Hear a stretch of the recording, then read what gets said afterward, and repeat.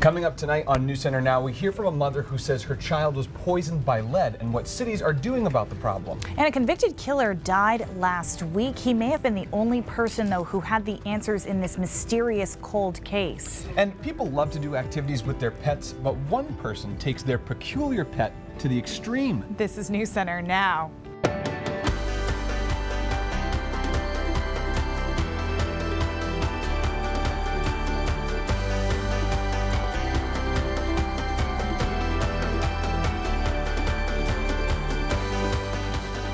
Good evening, everyone. Thanks for joining us. I'm Amanda Hill. And I'm Chris Costa in for Lee Goldberg. The Maine CDC is increasing the number of homes inspected for dangerous lead paint or fixtures.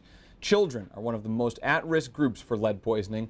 Developmental delays, behavioral problems, and lower IQ are all possible outcomes. Now, while the problem of lead-based paint lives on in thousands of homes and apartments statewide, Lewiston-Auburn actually receives its own funding separate from the rest of Maine to deal with the challenges there. I was 5 years older when we moved out. Cheryl Keaton's youngest daughter, Cheyenne, now lives with a developmental disability. Once the damage is done, it's done. Don't be lazy, come on. Cheryl believes it's because of lead poisoning. You can't reverse it, you can't go back. When her daughter was just 1 year old, they moved into a home in Buxton. Because they're just little guys. Huh? Cheryl had to sign a disclaimer that she knew the home had lead-based paint. When her daughter stopped talking, Child Development Services suggested checking her lead level. It feels like we don't have a choice. You have to move, and you have to take what you can get where you can get it. It's like all the places have lead in them. In her new home in Auburn, the lead paint has been painted over, but not removed. The Twin Cities received another $3.4 million in federal grants in June to help get rid of lead-based paint. That's the same level that New York City and Chicago receives. It's the highest level. It's really a reflection of the challenge here. The grants take care of about 220 housing units. The city of Lewiston has about 5,800 that potentially have lead because of their age. We did have some lead hazards here. Landlord Anthony Jolliker is working to reduce the problem in his apartments. They were pretty bad. Through the city's federal grants, he was able to replace the porches at this building that once had lead paint. This was a godsend for us. It really helped us out, and it made our property safer for our tenants. While these grants could help future families, Hi, handsome boy. for Cheryl and her daughter, it's too late. We've got to take the lemons we were handed and make lemonade out of it. That's all we can do. And that's the worst thing as a parent, knowing something's wrong with your child and you can't fix it. Landlords who neglect to take care of buildings that have been identified as having lead issues can receive daily fines. In September, the previous Maine legislature became the first state in the country to adopt the federal recommendation for toxicity level, 5 micrograms per deciliter of blood, down from 10. Something we'll continue to follow up on. Yep. Hey, a few showers this afternoon. Not a total washout, though. That's right. good. Keith Carson joins us now with the first look at the forecast. Hey, Keith. Hey guys, yeah, kind of depends where you are. The last of the rain just moving out of southern coastal Maine. We should be good for the rest of the late afternoon and early evening. Down East Maine, hanging on to it. They're often the last ones to see precipitation move away, right, during the winter. Same thing with nor'easters. Machias, Eastport into Lebec, all of this going to be a next hour or so before it moves out. Meanwhile, some pretty nasty thunderstorms here across northern Maine, some of them crossing over into Aroostook County. None of these have been severe thus far today, but they do look like they've been putting down a good bit of lightning, heavy rain, and a few gusty winds. So the rain moves offshore. A couple of those thunderstorms linger until the early evening tonight. By midnight tonight, everyone settles down. Tomorrow we start with some clouds and we destabilize this atmosphere in the afternoon. We're going to have to watch out and watch how everything comes together. If we see more sunshine than forecast, I think there's a better chance of some severe weather here later in the afternoon as a little bit of a squall line develops and tries to push towards the coastline. So we'll obviously track those as they go on. Gusty winds, damaging winds are going to be the biggest threat, guys. All right, thanks, Keith. A convicted killer died last week, and he may have actually taken the answers to a mysterious disappearance and possible murder to the grave with him. And Chris Rose joins us now with this interesting story. Yeah, Amanda, it was the late 1990s when state police, using DNA, linked Albert Cochran to the murder of Janet Baxter. She was raped and killed in the town of Oakland in 1976. He was convicted of that crime, and he was also the prime suspect in the disappearance of Pauline Rourke. That's a woman who he was living with at the time of the Baxter murder. Now, recently, with his health declining, he agreed to meet several times with police and Rourke's daughter, Honey. Honey Rourke has spent more than 40 years seeking closure in her mother's case. Coming face to face with the man she suspected killed her mother made her sick, but she had to be nice to him to get the information she wanted. Without directly implicating himself, Cochran told Honey and police that Pauline Rourke's body was in a well in the town of Smithfield. Subsequent searches turned up nothing. Cochran's death now makes solving this case more difficult, but her daughter and police are not giving up. It just kills me, the thought of him dying and taking it with him. To take it with him and not let me know where her body is, that's just unbearable to think of. He's always fallen just short of implicating himself and telling us the exact piece that will give us ultimately what we're looking for.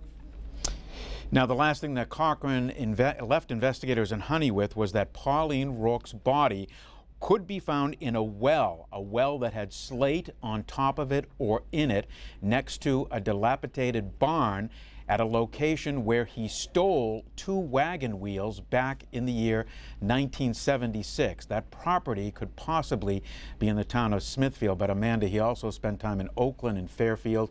Police say if this scene sounds familiar whatsoever, to please give them a call. The number there up on the screen, 624-7076, 624-7076. We'll have that number on our website as well. Very interesting story, and you'll have much more on it coming up tonight at 6. At 6 o'clock, that's All correct. Right. Yep. Thanks, Chris. Chris?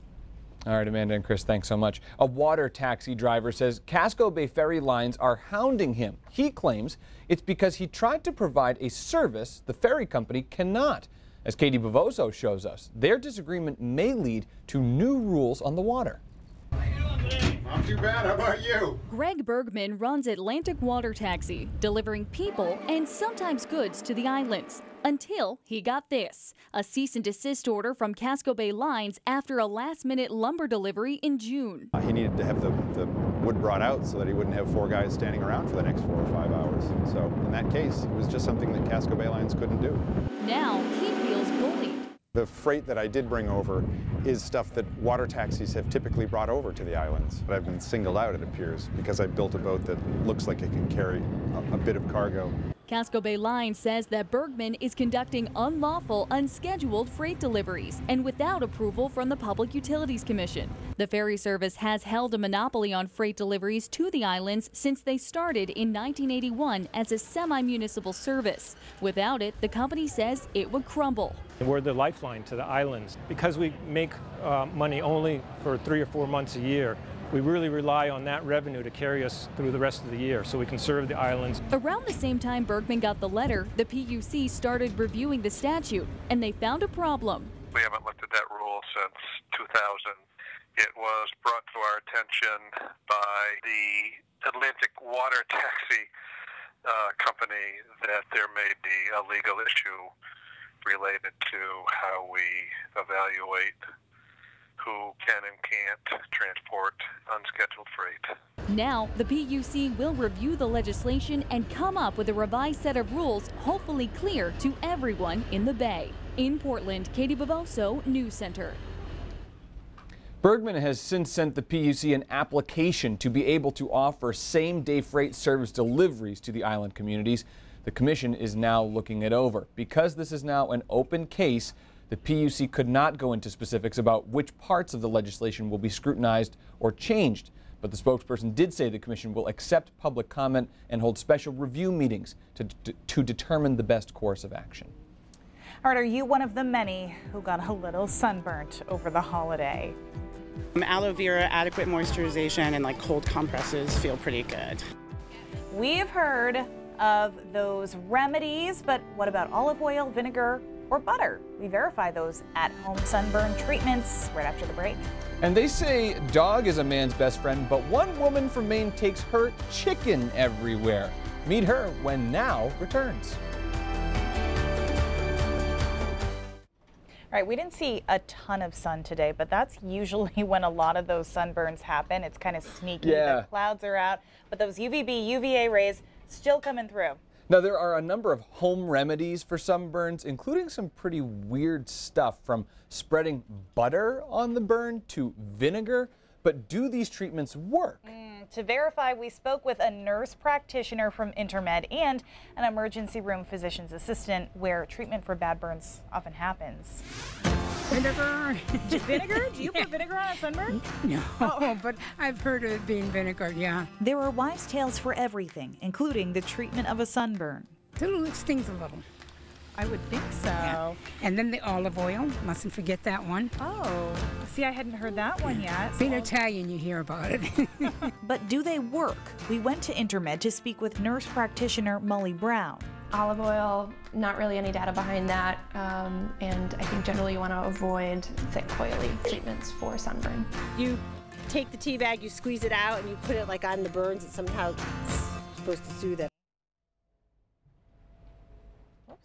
And certainly any cool compress is going to be soothing, but I don't think there's any data behind using tea to soothe sunburns. I've heard drinking a lot of water just kind of soothes it from the inside, just like you don't feel it as much. Sunburns are incredibly dehydrating, so making sure that you stay hydrated is really important. If you have aloe vera, the plant, you can cut it up halfway and rub the aloe vera on your skin. So aloe vera, ideally from the leaf of the aloe plant, can be really, really soothing and hasten the recovery time. Also fine to buy an over-the-counter aloe product.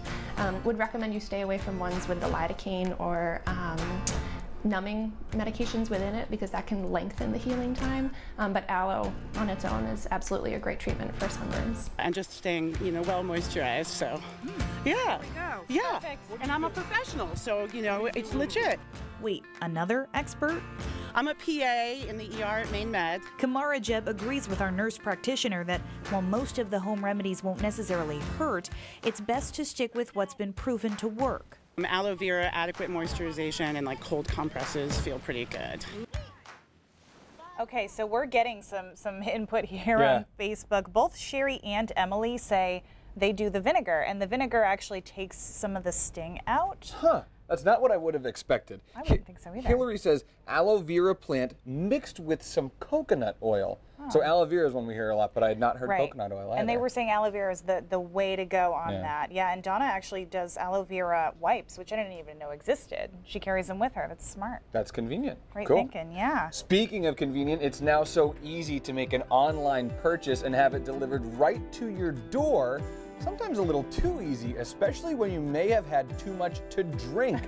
Drunk shopping when we come back. Keith is all too familiar with that. And potential for sunshine this weekend. We'll be right back. Okay, if you have a pet or you've ever owned one, which I think the three of us at least can count on this, you know you would do anything for the animal. Oh yeah, Katie Ortiz is here to tell us about one Mainer who wants to see their pet to see the world. Oh, she sure does. And it's not a dog, it's not a cat, it's not a fish. It is a chicken, you guys. Sweet Pea's world, and we're just living in it.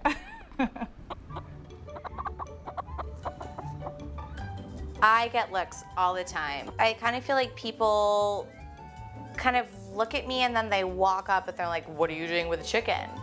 She's defying pet stereotypes all over Maine, clucking her way into people's hearts. Sweet Pea is truly as free as a bird. I was saying it's the first. It's the first. Even just walking around with a chicken, people are happy. It's crazy. Anna Rose brings her best bud everywhere, especially to places where you'd normally see dogs. Lily's evening walk. And then you see a chicken on a leash. Yes. Unbelievable. But the sky's the limit. Sweet Pea goes tubing, snowmobiling, even canoeing. Adventures all chronicled on Instagram, appropriately titled Adventures with Sweet Pea. But life wasn't always this glamorous for this chicken. At just 6 months old, she was diagnosed with wry neck, which is a vitamin E deficiency. Her entire head is hanging over. I thought she'd broken her neck. I would have to unwind her neck to feed her water and unwind her neck to feed her food. Anna Rose and her family nursed Sweet Pea back to health, developing an awesomely unique bond. She's like, I was a star from the beginning. And making lots of friends along the way. We didn't think we'd be doing this when we came to the beach. I'm glad we're having this experience. Yeah. It just kind of really makes you think about how much animals really touch you as human beings. some adventures with Sweet Pea on Instagram, all one word if you want to catch up on what they're doing now. The face Keith is making right now, though. Here's my concern. When I became friends with the cow, I stopped eating beef. I can't become friends with the chicken because I'll have nothing left to eat. I'd like to meet this cow that I changed became your friends ways. with the cow in Ireland. This is a true story, and I stopped eating beef from that day. Wow. So if I'm friends with the chicken, there's no way I'll be able to eat chicken after that. I could see I guess that. it's a fair assessment. Don't befriend any plants. Good story though. Good stuff. True. Thanks. I like how that Channel 6 thing is hide my sneakers too. That was perfect. Thank you for that logo. We got some rain moving out just in time. I was getting a little nervous down over southern coastal Maine. I told the Sea Dogs they'd be all right at 5 o'clock. Just moved out around 4:15 and we're in good shape. Down East Maine, one of the last areas to see the rain leave in about 45 minutes or so. A couple of thunderstorms across northern Maine. These have been a little bit nasty, but it's kind of a sparse network of people, but spotters out this way, so I haven't heard too many reports. I'm guessing there's a possibility of some little hail there and certainly a lot of cloud to ground lightning. Temperatures, you can see where we had that strip of just a little bit of sunshine, coastal rain, thunderstorms in the mountains. In between is where you see temperatures in the upper 70s. Will be a little bit slower to fall tonight as well. Dew points are getting up there a little bit, noticeably sticky. Betty and Eustace, our weather watcher out there, was telling me it's sticky, and the dew points are in the mid-60s there. They could get to around 70, the dew points, by tomorrow afternoon, which is not just New England sticky, but in general, very humid. So there goes that low, missing to our south and east for the most part. Tomorrow we start off all right, but I think some thunderstorms develop in the afternoon with this vigorous disturbance moving through. That moves out, and I really like the way Sunday looks because we get into a northwest flow, maybe a little bit westerly over southern Maine, which fights off the natural sea breeze, and it's also a dry wind direction for us. On Sunday night, a front tries to come through, but that will be hung up across northern Maine, so some showers on Monday across the northern part of the state. But overall, the weekend, as we've been getting, about 3/4 of it will be nice.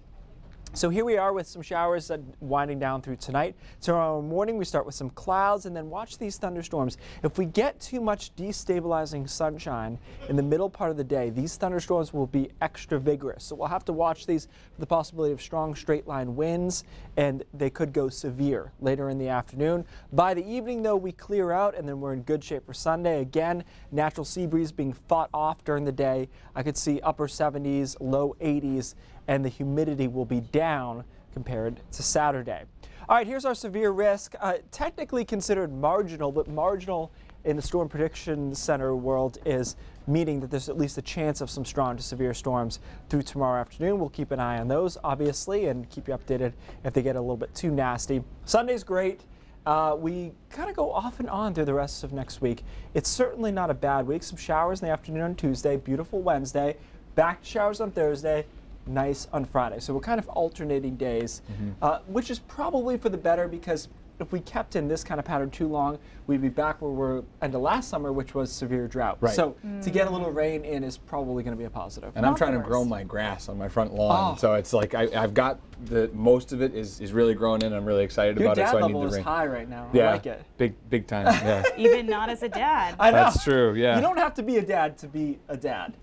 To have dad level. And make dad jokes. By the way, a lot of people weighing in on Facebook that they have pet chickens, like they are legitimate pets. And do they eat chicken? That's what I'd like them to answer by the next break. All right, well, there you that's go, the Facebook. conflict I'm not sure about.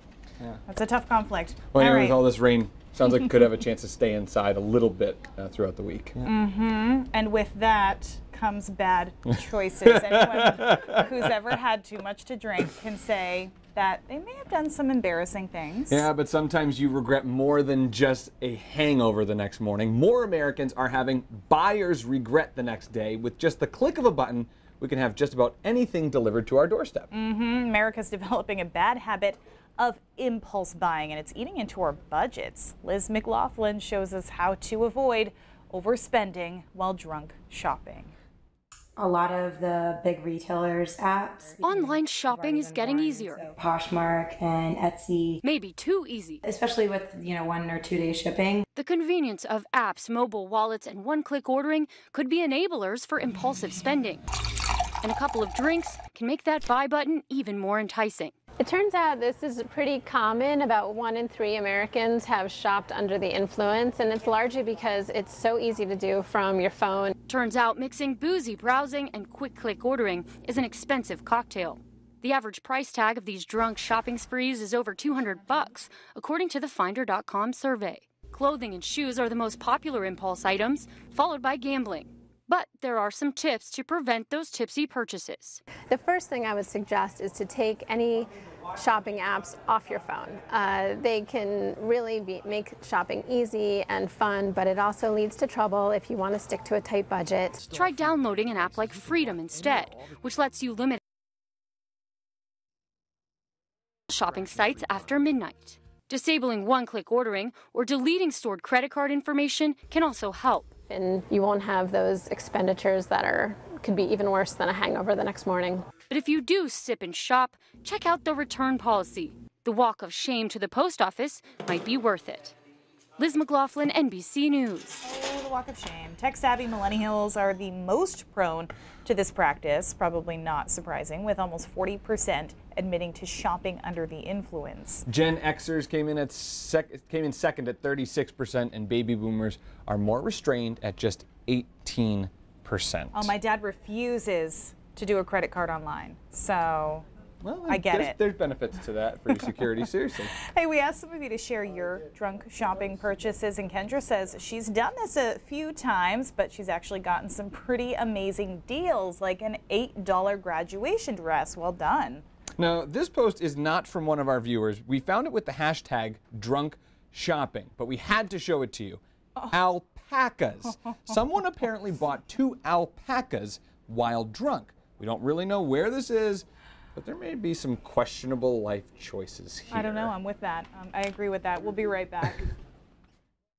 All right, today's Brain Drops is just to mess with all you. This is a video recently of a tarantula molting out of its skin. Wow. Check this out. That white part there is actually the spider itself, and it's leaving its skin. That's insane. Behind. A couple of interesting facts here, other than the obvious somewhat gross out factor.